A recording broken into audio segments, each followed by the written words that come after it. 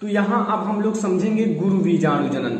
गुरु बीजाणु जनन देखिए स्टूडेंट, गुरु बीजाणु जनन, इसके पहले मैंने लघु बीजाणु जनन समझाया, वो तो लघु बीजाणु जनन आपका था पुमांग के लिए, अभी गुरु बीजाणु जनन आपका जायांग के लिए है। ठीक है, तो इसे आप लोग ध्यान से समझो।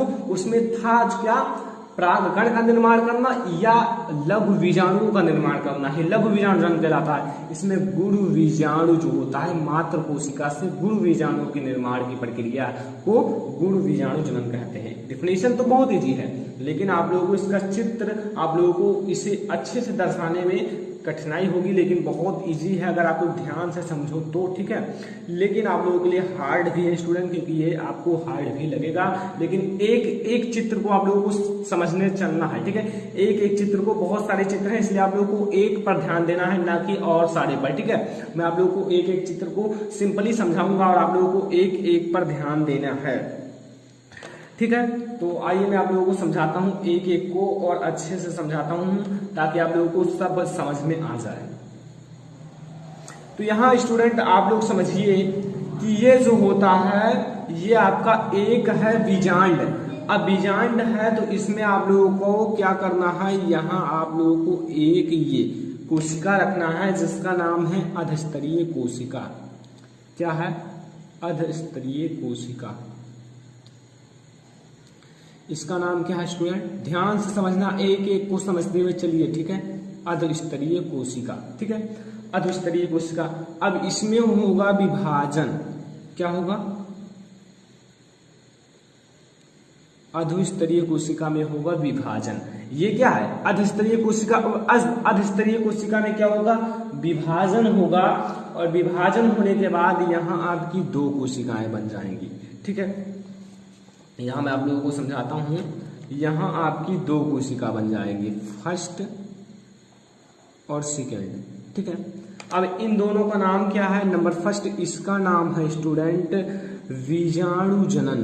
क्या है, अब एक को समझ में आया, इसमें था अधस्तरीय कोशिका और इसका विभाजन हुआ तो यहाँ दो कोशिकाएं बन गई जिसका नाम है बीजाणु जनन कोशिका। क्या नाम है, बीजाणु जनन कोशिका। इसका नाम है स्टूडेंट बीजाणु जनन कोशिका, और इसका नाम है भित्तीय कोशिका। ठीक है, भित्तीय कोशिका, भित्तीय कोशिका। ठीक है, इसका नाम है भित्तीय कोशिका। तो बीजाणु जनन जो होता है बिना विभाजित हुए, यहाँ आपका भित्तीय कोशिका यही रह जाता है, इसी में लीन हो जाता है, लेकिन बीजाणु जनन जो होता है आपका कोशिका, यहाँ समझो बीजाणु जनन। ठीक है, जो आपका यहाँ बीजाणु जनन कोशिका है, बीजाणु जनन कोशिका, ये क्या होता है, बिना विभाजन के, यानी कि बिना विभाजित हुए। ठीक है, बिना विभाजित हुए, बिना विभाजित हुए गुरु बीजाणु मात्र कोशिका बन जाता है। ठीक है, क्या होता है, गुरु बीजाणु, गुरु बीजाणु मात्र कोशिका हो जाता है। ठीक है, गुरु बीजाणु मात्र कोशिका क्या हो जाता है, गुरु बीजाणु मात्र कोशिका। तब क्या होता है, इसमें गुरु बीजाणु मात्र कोशिका में अर्धसूत्री विभाजन होता है। अर्धसूत्री विभाजन होने के बाद हमें यहाँ चार कोशिकाएं प्राप्त होती हैं। स्टूडेंट यहाँ हमें क्या होंगी, चार कोशिकाएं, 1 2 3 4। ठीक है, चार कोशिकाएं प्राप्त होंगी, जिसमें से आपको क्या करना है, 3 कोशिकाएं नष्ट हो जाती हैं। यहाँ 3 कोशिकाएं नष्ट हो जाती हैं और बचती कितनी है, 1। तो यहाँ लिख देना है आप लोगों को 3 कोशिका जो है, 3 कोशिका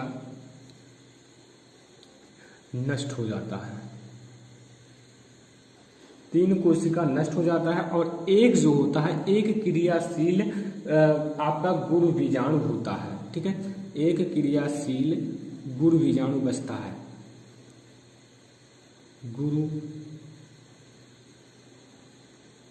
एक क्रियाशील गुरु बीजाणु बचता है। ठीक है, क्या होता है, यहाँ 4 आपकी कोशिकाएं होती हैं। यहाँ देखिए आपका अधस्तरीय कोशिका विभाजित हुआ, आपके 2 कोशिकाएं बीजाणु जनन कोशिका और भित्तीय कोशिका यहाँ पर रह जाती हैं। और यहाँ क्या होता है, बीजाणु जनन कोशिका जो होता है वो बिना विभाजित हुए गुरु बीजाणु मात्र कोशिका बन जाता है।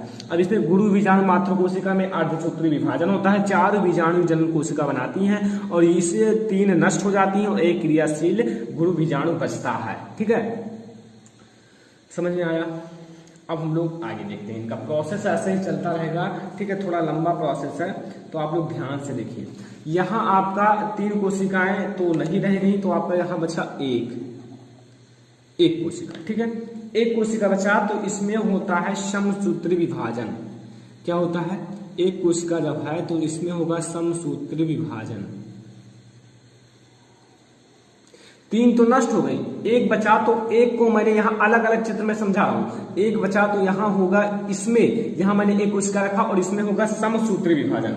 अब इसमें जब समसूत्री विभाजन होता है तो इसमें 2 क्या बचते हैं, 2 कोशिका बन जाते हैं। एक तो आपको रखना है निभाग की तरफ, अभी बीजांड की संरचना में बताया है, और एक रखना है स्टूडेंट कहाँ, बीजांड दौर की तरफ। यहाँ क्या होता है, यहाँ खाली स्थान है इसलिए आपका क्या है, यह है इसका बीजांड का जो है निभाग, और ये जो है स्टूडेंट ये है बीजांड दौर। क्या है, बीजांड दौर। ठीक है, समझो ध्यान से स्टूडेंट, क्योंकि समझ जाओगे तो बहुत ही इजी हो जाएगा। पहले क्या है, इसमें अधस्तरीय कोशिका, इसमें जब विभाजित हुआ तो आपका 2 कोशिका बीजाणु जनन कोशिका, भित्तीय कोशिका बनी। अब क्या हुआ, बीजाणु जनन कोशिका बिना विभाजित हुए 3 आपका क्या हुआ, गुरु बीजाणु मात्र कोशिका बनी। अब इसमें अर्धसूत्री विभाजन हुआ, 4 गुरु बीजाणु हुए। ठीक है, तो इसमें से 3 कोशिका नष्ट हो जाती है, एक क्रियाशील कोशिका बचता है। यहाँ जो कोशिका है यहाँ आपको ऐसे लिख देना, एक कोशिका है, यहाँ समसूत्री विभाजन होगा, एक निभाग की तरफ, एक बीजांड द्वार की तरफ जाएगा। ठीक है, समझ में आया। आप देखिए स्टूडेंट, यहां क्या होगा स्टूडेंट, इसमें फिर से समसूत्री विभाजन होगा। यहां जो है स्टूडेंट इसमें फिर से समसूत्री विभाजन होगा। क्या होगा, समसूत्री विभाजन होगा। अब यहां देखिए स्टूडेंट, यहां जब 2 थी, एक से समसूत्री विभाजन हुआ तो 2 कोशिका बनी। अब 2 से समसूत्री विभाजन होगा तो कितनी कोशिकाएं बनेंगी, इतना तो आप लोगों को पता ही होगा, 4 बनेंगी। ठीक है, 4 बनेंगी। अब 4 जब ये बनेंगे स्टूडेंट तो क्या होगा, इसमें समसूत्री विभाजन हुआ। अब यहाँ कितनी बनी, 4 कोशिका। ठीक है, अब देखिए स्टूडेंट, यहाँ 4 कोशिकाएं बनी। अब इसमें क्या होगा, फिर से समसूत्री विभाजन होगा। इसमें जो है स्टूडेंट फिर से समसूत्री विभाजन होगा, समसूत्री विभाजन।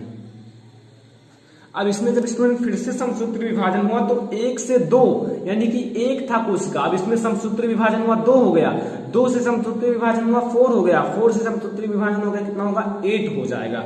अब 8 कैसे होगा, यहाँ मैं आप लोगों को पहले बताता हूँ, 1 2 3 4 5 6 7 8 पॉइंट रख दो बीच में,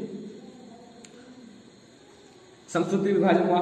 अब मैंने आप लोगों को बीजांड की संरचना के अंदर कुछ दूसरे टाइप से इनको बैठाया था, 8 थे। अब मैं आप लोगों को बताता हूं यहाँ आप लोगों को इनको कैसे करना है। अभी मैं आप लोगों को समझाया था कैसे, आइए मैं आप लोगों को समझाता हूं। वहां आप लोगों को 8 प्राप्त हुए थे, 8 कोशिका।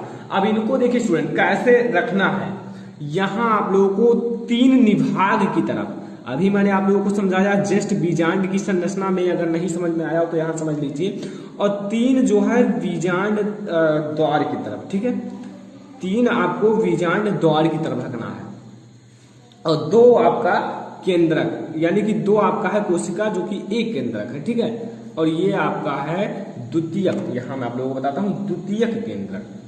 क्या है, द्वितीयक केंद्रक,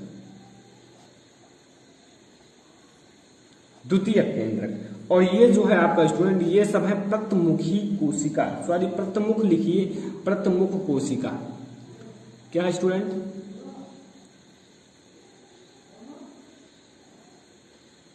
प्रतमुख कोशिका। ठीक है, और ये जो है आपके स्टूडेंट जो बगल बगल के दोनों हैं, ये है स्टूडेंट सहायक कोशिका।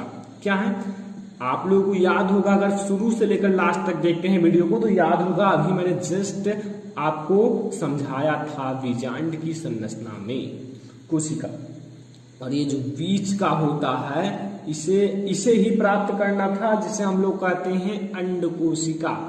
बस यही आपका था गुरु बीजाणु जनन, अंड कोशिका आपको प्राप्त हो गया। ठीक है, ये मादा भाग का एक जननांग है। तो यहाँ तक आप लोगों को करना था। आप लोगों को ये हार्ड प्रोसेस लगा होगा, लेकिन अगर आप लोगों को मैं ध्यान से समझा देता हूँ एक बार और। यहाँ आप लोगों को लिखना है गुरु बीजाणु जनन। क्या होता है? गुरु बीजाणु मात्र कोशिका से गुरु बीजाणु के निर्माण की प्रक्रिया को गुरु बीजाणु जनन कहते हैं। ठीक है, यहाँ अंड कोशिका यानी कि मादा युग्मक, ठीक है, यहाँ एक अर्धस्तरीय कोशिका, उसका विभाजन हुआ, बना बीजाणु जनन कोशिका और भित्तीय कोशिका।